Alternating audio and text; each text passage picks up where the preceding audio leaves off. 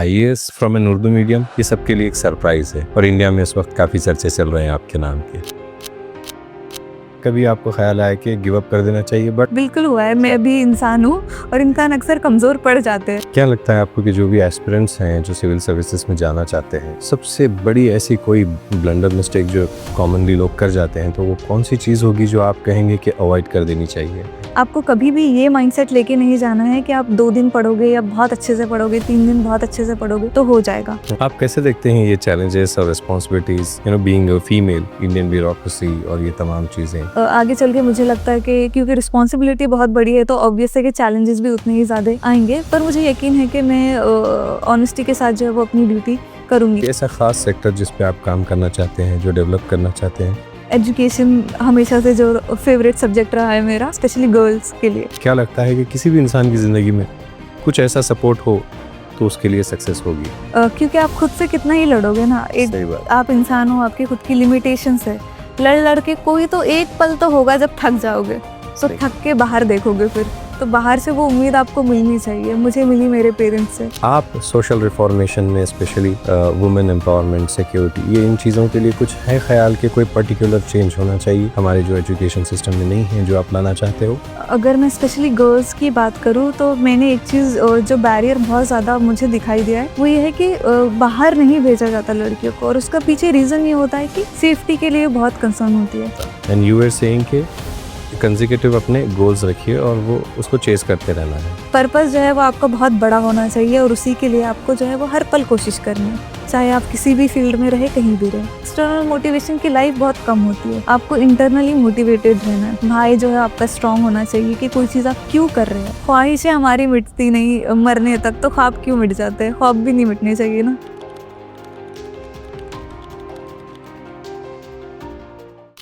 Hi everyone, welcome to the HRS show. और आज के इस एपिसोड में हम आपसे मुलाकात कराने जा रहे हैं हमारे ख़ास मेहमान अदीबा अनम अशफाक शेख से, जो 2024 में यूपीएससी क्लियर करके बनी हैं IAS officer and specially to be remembered she is from Urdu medium school. आइए मिलाते हैं आपको अदीबा अनम शेख से। अस्सलाम वालेकुम। वालेकुम अस्सलाम। आपका बहुत बहुत स्वागत है द एचआरएस शो पर। Thank you so much. Welcome to the show. ये जर्नी कैसी रही? IAS from an Urdu medium, ये सबके लिए एक सरप्राइज है और इंडिया में इस वक्त काफ़ी चर्चे चल रहे हैं आपके नाम के। तो आप थोड़ा सा बता सकते हैं कि आईएएस बनने से पहले अदीबा की जर्नी शुरू कहाँ से हुई? हर एक नॉर्मल स्टूडेंट की तरह मेरी जर्नी भी स्कूल से शुरू हुई है। बिल्कुल जी। बस मुझे लगता है कुछ फ़र्क था तो ये था कि बहुत जल्दी मुझे अपनी ज़िम्मेदारियों का एहसास हो गया था कि मुझे अपनी पढ़ाई क्यों करनी है। हालात बदलने हैं, फैमिली के हालात थोड़े ना साज़गार थे, अच्छे नहीं थे फाइनेंशियली, तो वो ज़िम्मेदारियों का एहसास था, तो मैं बड़ी लगन के साथ वहीं से पढ़ाई करती थी। इतना पता था कि कुछ बनना है, आईएएस बनना है, ये बहुत बाद में सोचा था। ओके। 12th के बाद सोचा था, तब तक ऐसे था कि डॉक्टर बन जाते। चीज़ें ऐसी थी कि एक्सपोजर बहुत कम था मेरे पास, मुझे ज़्यादा करियर ऑप्शंस के बारे में पता नहीं था, तो मैंने उस वक्त सोच लिया था कि डॉक्टर बन जाते हैं। पर नीट दिया, फिर स्कोर काफ़ी ख़राब रहा, नहीं हो पाया क्वालिफाई। उसके बाद जो है धीरे धीरे मेरा एक्सपोजर बढ़ा, मुझे करियर ऑप्शंस के बारे में बहुत सारी दूसरी चीज़ें पता चली, जिसमें से यूपीएससी एक था। वहाँ से मैंने सोच लिया कि अब मुझे यूपीएससी करना है, बहुत सोच समझ के वो फैसला लिया था उस वक्त भी। जर्नी की बात करूँ तो बहुत सारे अप्स एंड डाउन्स रहे हैं, स्मूथ जर्नी मेरी बिल्कुल भी नहीं रही है। ये मेरा 4th अटेम्प्ट था, तो 3 फेलियर्स सामने आए और हर फेलियर के साथ जो है वो थोड़ा और सीखती गई। पहले फेलियर में तो बहुत कम सीखा क्योंकि डिसअपॉइंटमेंट ज़्यादा था, फेलियर को डील करने की आदत नहीं थी, तो नाउम्मीदी उस वक्त काफ़ी ज़्यादा थी। लेकिन धीरे धीरे फिर वो हौसला मिलता गया कि सीखना है, फेलियर से भी हार नहीं माननी है जी। और मैं सीखती गई, इम्प्रूव करती गई और फाइनली 4th अटेम्प्ट में फिर हो गया मेरा यूपीएससी क्लियर। बहुत इंटरेस्टिंग है, दैट्स सरप्राइजिंग, क्योंकि अक्सर हम देखते हैं स्टूडेंट्स अगर एक एग्ज़ाम में फेल हो जाते हैं तो कोई अपनी जान ले रहा है, या कोई बिल्कुल होपलेस होके ऐसे ऑप्शंस की तरफ जाते हैं जो उनके ड्रीम्स बिल्कुल क्लोज कर देते हैं। 3 आपने ऑलरेडी नीट अटेम्प्ट किए थे? नहीं, मैं नीट मैंने एक ही बार ही अटेम्प्ट की थी। अच्छा, तो उसके बाद सडनली आप मेडिकल का प्लान ड्रॉप करके आप यूपीएससी की तरफ आए? जी। तो ये कैसे हुआ? What were the events? किसने बोला? कैसे ये चीज़ सामने आई? जैसे कि मैंने पहले भी आपसे बताया कि उस वक्त मेरे पास एक्सपोजर बहुत कम था, मुझे ऐसे लगता था कि करियर ऑप्शंस में आपके पास डॉक्टर बनना है या टीचर बनना है, उससे ज़्यादा कुछ नहीं हो Options नहीं सकता। है। हाँ। ओके। तो इसीलिए मैंने उस वक्त ये सोच लिया कि मुझे डॉक्टर बनना है। पर फिर नीट में बहुत ही ख़राब स्कोर रहा, 234 मैंने स्कोर किए। बहुत ही ख़राब था, आगे भी बड़ा मुश्किल लगता है ऐसे में कि एक और अटेम्प्ट दे भी दोगे तो क्या होगा। ऐसी सिचुएशन आ गई थी। फिर मैंने सोचा उसके बारे में थोड़ा कि हाँ, मैं जो सोचती हूँ कि मुझे ना सिर्फ अपनी फैमिली को जो है वो सेटल करना है फाइनेंशियली, फाइनेंशियल स्टेबिलिटी देनी है, बल्कि दूसरों को भी काम आना है, कुछ ऐसा करना है कि किसी और की लाइफ में भी मेरी वजह से कुछ पॉजिटिव चेंजेस आए। तो मुझे लगा कि ये एक बिल्कुल परफेक्ट प्रोफेशन है उस चीज़ के लिए। वहाँ से मैंने अपनी जर्नी स्टार्ट कर दी। Absolutely. तो एक ऐसी स्ट्रैटेजी बताइए, वैसे तो बहुत सारी एस्पेक्ट्स होती हैं यूपीएससी प्रिपरेशन के, बहुत सारे स्ट्रैटेजीज होते हैं, but talk about a main core thing कि सबसे इम्पॉर्टेंट चीज़ सिविल जॉब, सिविल एग्जाम्स के लिए क्या चीज़ चाहिए प्रिपरेशन के वास्ते में? आप क्या कहती हैं कि सबसे इम्पॉर्टेंट क्या है? मुझे सबसे ज़्यादा इम्पोर्टेंट जो चीज़ लगती है, सिर्फ सिविल सर्विसेज के लिए नहीं, सारे ही कॉम्पिटिटिव एग्जामिनेशंस जो है उनके लिए, वो है सेल्फ अवेयरनेस। आपको पता होना चाहिए कि आपकी स्ट्रेंथ क्या है, आपकी वीकनेस क्या है, ओके। और आपकी वीकनेस जो है उस पे आप कौन सी स्ट्रैटेजी के थ्रू वर्क करोगे। अक्सर ऐसे होता है कि टॉपर्स की बातें हम बहुत सुन लेते हैं और फिर उसी स्ट्रैटेजी को कॉपी पेस्ट करने की कोशिश करते हैं, पर आप खुद एक अलग इंसान हो। उसके लिए जो चीज़ वर्क कर गई है ज़रूरी नहीं है आपके लिए भी वर्क कर जाए। सही है। तो आपको कस्टमाइज़ करनी होगी चीज़ें सेल्फ अवेयरनेस के बेसिस पे। आपको स्ट्रैटेजी को कस्टमाइज़ करना होगा। अगर मैं अपना एग्जांपल दूँ, तो मेरे साथ ऐसा होता था कि मेरा माइंडसेट बड़ा उल्टा चलता है। लोग अक्सर कहते थे कि प्रीलिम्स में आपको जाना है तो आपको थोड़ा अपना कॉन्फिडेंस बूस्ट करके जाना है। आपको प्रेप टॉक करके जानी है कि नहीं, मुझे सब कुछ आता है, मैं बहुत अच्छे से सब कुछ कर लूँगी। पर मेरा माइंडसेट हमेशा से उल्टा चला है और ये मुझे पता था क्योंकि मैं सेल्फ अवेयर थी। तो मैं अक्सर ये सोच के जाती थी कि यहाँ तुम ज़ीरो बन के जा रहे हो। तुम्हें उस एग्जामिनेशन हॉल में ज़ीरो बन के जाना है, तुम्हें ये सोच के नहीं जाना है कि तुम्हें सब कुछ आता है। हो सकता है तुम्हें वहाँ कुछ भी ना आए, पर तुम्हें उस चीज़ के लिए प्रिपेयर रहना है और कुछ तो करना है। कुछ तो कॉमन सेंस यूज़ करना है, कुछ तो लॉजिक यूज़ करना है और एग्ज़ाम को क्लियर करना है। और फिर होता ऐसे था कि जब मैं पेपर देने जाती और मुझे कुछ सवालों के जवाब आ गए तो मेरा कॉन्फिडेंस ऑटोमेटिकली बूस्ट हो जाता था, क्योंकि मैं नेगेटिव माइंडसेट के साथ गई थी एक तरह से कि मुझे कुछ नहीं आता। पर जब आ रहा होता है तो जितना कॉन्फिडेंस आपका बूस्ट एक्चुअल में होना चाहिए उससे 100 गुना हो जाता था। तो क्योंकि मैं सेल्फ अवेयर थी तो मुझे पता था कि मुझे ये नहीं करना है, ये करना है। तो मुझे लगता है सेल्फ अवेयरनेस बहुत इंपॉर्टेंट चीज़ है। मैं आपकी बात सुन के ताज्जुब इस बात से कर रहा हूँ कि आप बोल तो रहे हो कि आपने कम्प्लीटली एक नेगेटिव अप्रोच ले ली और ज़ीरो कर दिया, बट टू बी ऑनेस्ट वही पॉइंट ऐसे महसूस हो रहा है कि यू वेर लाइक 1000% पॉजिटिव कि इवन नथिंग, नो कुछ भी अगर नहीं भी आता है तब भी आप कुछ करके आओगे, तो इससे ज़्यादा और क्या पॉजिटिविटी होगी। बिल्कुल। तो ये पॉजिटिविटी ज़्यादा अच्छी है बजाय इसके कि हम अपने आप में ये करते रहें कि क्या आता है, क्या होगा, क्या नहीं होगा। तो वो जितने भी डिविएशंस होते हैं थॉट प्रोसेस के, आपने उसको नेगेट करके एक पॉजिटिव एटीट्यूड ले लिया कि करना ही है। ना भी आए तो तो कर एक सवाल ये भी मैं पूछना चाहता था कि क्या कभी आपको ख्याल आया कि गिव अप कर देना चाहिए, बट ये आंसर सुनने के बाद नहीं लगता कि कभी ऐसा हुआ होगा। हुआ है, बिल्कुल हुआ है। Why?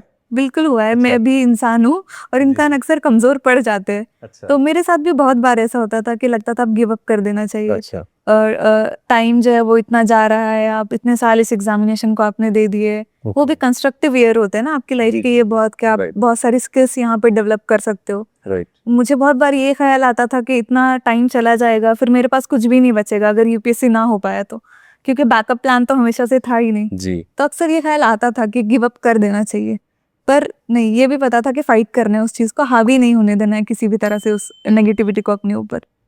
क्या लगता है आपको कि जो भी एस्पिरेंट्स हैं जो सिविल सर्विसेज में जाना चाहते हैं, सबसे बड़ी ऐसी कोई ब्लंडर मिस्टेक जो कॉमनली लोग कर जाते हैं, तो वो कौन सी चीज़ होगी जो आप कहेंगे कि अवॉइड कर देनी चाहिए? किसी भी एग्जामिनेशन में जाने किसी भी से सिविल सर्विस और किसी भी गवर्नमेंट एग्जाम्स के लिए जो प्रिपेयर करते हैं। आपको कंसिस्टेंसी जो है उसको मेंटेन रखना है हमेशा। आपको कभी भी ये माइंडसेट लेके नहीं जाना है कि आप 2 दिन पढ़ोगे या बहुत अच्छे से पढ़ोगे, 3 दिन बहुत अच्छे से पढ़ोगे तो हो जाएगा। कॉम्पिटिटिव एग्जामिनेशन के लिए consistency is the most important thing. तो आप उसको बिल्कुल भी निग्लेक्ट नहीं कर सकते। ग्रेजुएशन तक ऐसा अक्सर होता है कि बच्चा जो है वो एग्ज़ाम के 1 दिन पहले पढ़ के एग्ज़ाम देने चला जाता है। हमें आदत नहीं होती कंसिस्टेंसी के साथ पढ़ने की, और वही एटीट्यूड लेके फिर हम कॉम्पिटिटिव एग्जामिनेशन में चले जाते हैं। तो मुझे लगता है वो बहुत बड़ा ब्लंडर होता है। आप कैसे देखते हैं ये चैलेंजेस और रिस्पॉन्सिबिलिटीज, एक being a female, Indian bureaucracy और ये तमाम चीज़ें? ये ख़्याल तो बिल्कुल नहीं आता कि बीइंग अ फीमेल मेरे पास ज़्यादा चैलेंजेस होंगे या फिर ज़्यादा मुझे कुछ हर्डल्स फेस करने होंगे। ऐसे तो कुछ नहीं है, पर हाँ, बहुत ही चैलेंजिंग जॉब है, डाइवर्स बहुत आपकी रिस्पॉन्सिबिलिटीज़ होने वाली है। तो जितना पढ़ा है उन चीज़ों से इस चीज़ का एहसास है। आगे चल के मुझे लगता है कि क्योंकि रिस्पॉन्सिबिलिटी बहुत बड़ी है तो ऑब्वियस है कि चैलेंजेस भी उतने ही ज़्यादा आएँगे। पर मुझे यकीन है कि मैं ऑनेस्टी के साथ जो है वो अपनी ड्यूटी करूँगी। कोशिश हमेशा मैं करूँगी कि ऑनेस्टी के साथ अपनी ड्यूटी फुलफ़िल कर पाऊँ और कुछ तो ऐसा करूँ कि मैं दूसरों के काम आऊँ। बहुत खूब, हम उम्मीद भी यही करते हैं कि आपके सर्विसेज हमारे देश के लिए और तमाम लोगों के लिए बहुत हेल्पफुल रहेंगे। कोई ऐसा ख़ास सेक्टर जिस पे आप काम करना चाहते हैं, जो डेवलप करना चाहते हैं? एजुकेशन हमेशा से जो फ़ेवरेट सब्जेक्ट रहा है मेरा, जी। उस सेक्टर पे मैं ज़्यादा काम करना चाहूँगी क्योंकि मैंने पर्सनली एक्सपीरियंस किया है कि एजुकेशन कैसे ज़िंदगी बदल देती है किसी की, सोसाइटी बदल देती है, पूरी कंट्री का जो है वो फ्यूचर बदल देती फ्यूचर है। बदल देती है। तो वो फाउंडेशन है हर ग्रोथ की, सक्सेस की जो है वो फाउंडेशन एजुकेशन है, तो मैं उस चीज़ पे काम करना चाहूँगी, स्पेशली गर्ल्स के लिए। बहुत अच्छा है। Mental health, resilience, UPSC preparation के टाइम पे ये जो इमोशनल एक ट्रॉमेटिक सिचुएशन से भी गुजरना है, अप्स एंड डाउन्स भी है, तो इन सिचुएशंस में वो कौन सी चीज़ है जो बचाए रखती है कि नहीं, एस्पिरेंट बने रहना है इस चीज़ के और इसको हासिल करना है? ऑप्टिमिस्टिक आउटलुक होना आपका बहुत ज़रूरी है चीज़ों को लेके, स्पेशली फेलियर्स को लेके। अच्छा। फेलियर्स जब आते हैं तो इंसान इतना डीमोटिवेटेड हो जाता है और फिर वो दलदल, एक तरह का दलदल होता है कि उसी के अंदर अंदर चला जाता है, फिर वहाँ से उभरना बहुत मुश्किल हो जाता है।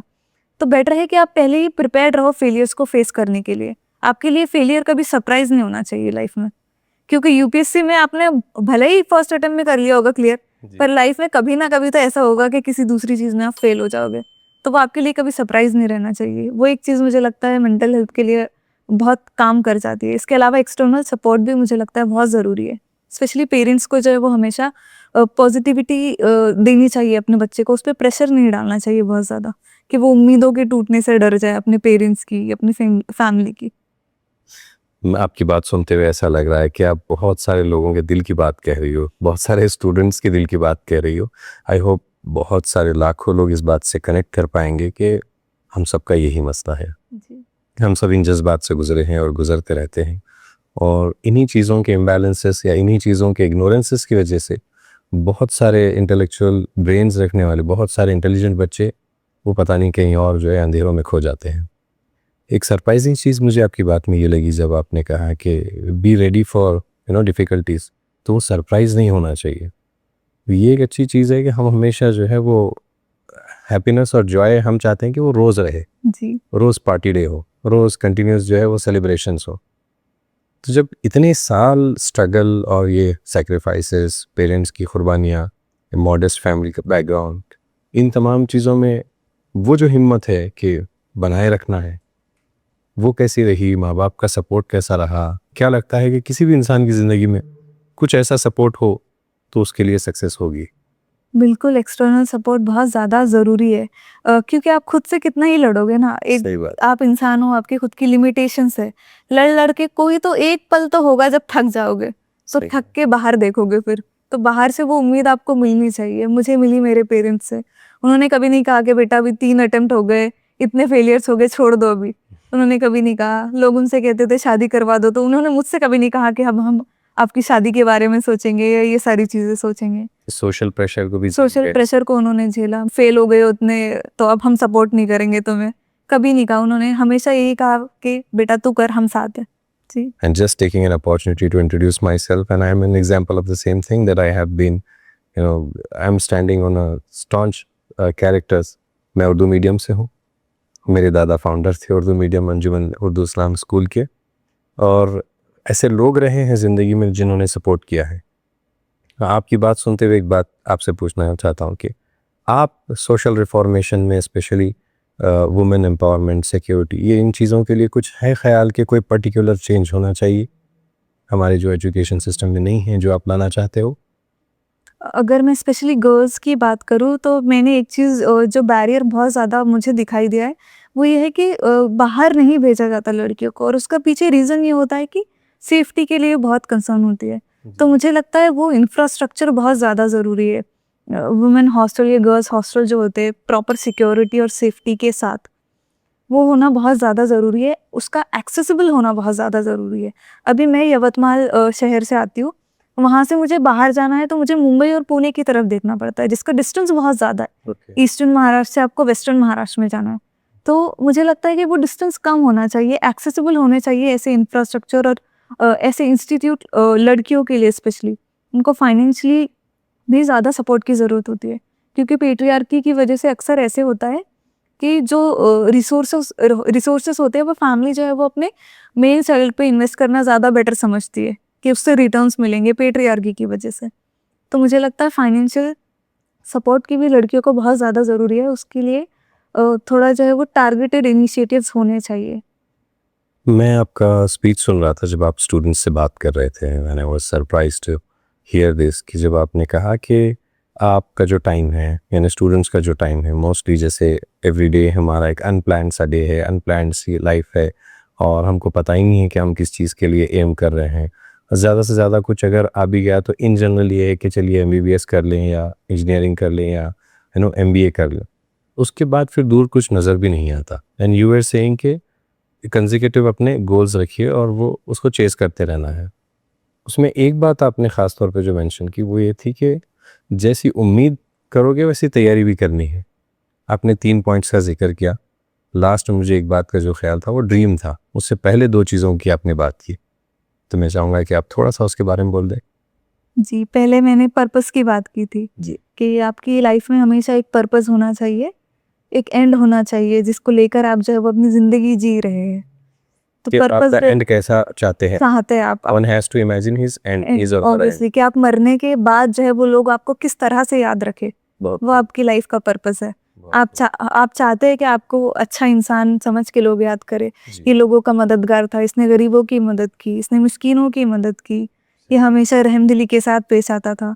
तो वो आपका जो है पर्पस है लाइफ का, उसके लिए आपके पास बहुत सारे मीन्स आएंगे। डॉक्टर बनना, टीचर बनना, IAS ऑफिसर बनना, ये बहुत सारे मीन्स है। बहुत पर पर्पस जो है वो आपका बहुत बड़ा होना चाहिए और उसी के लिए आपको जो है वो हर पल कोशिश करनी है, चाहे आप किसी भी फील्ड में रहे, कहीं भी रहे।